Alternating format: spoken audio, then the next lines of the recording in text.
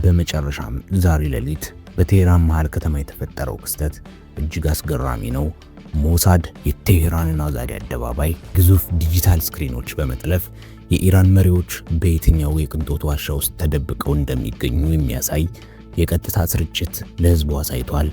ይህ የቴክኖሎጂ ጥቃት ኢራንን ራቁቷን አስቀርቷታል።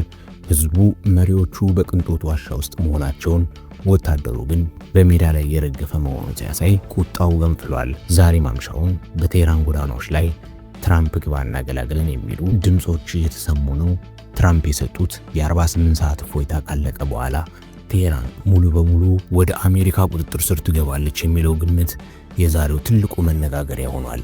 ክቡራትና ክቡራን፣ ዛሬ ያየነው መረጃ የሚያሳየው ጦርነቱ በቦምብ ብቻ ሳይሆን በስነ ልቦና ማለቁን ነው። ትራምፕ አሸንፈዋል።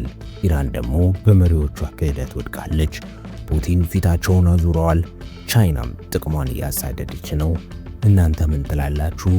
ትራምፕ በዚህ 48 ሰዓት ውስጥ ቴህራን ይገባሉ ወይስ አዲስ ድርድር ይጀመራል? አስተያየታችሁን በኮሜንት አጋሩን። ቪዲዮውን ላይክ እና ሼር በማድረግ ለሌሎች እንዲደርስ አድርጉ። ለአንቶኒ ሚዲያ አዲስ ከሆናችሁ ሰብስክራይብ ማድረጋችሁ እንዳትረሱ።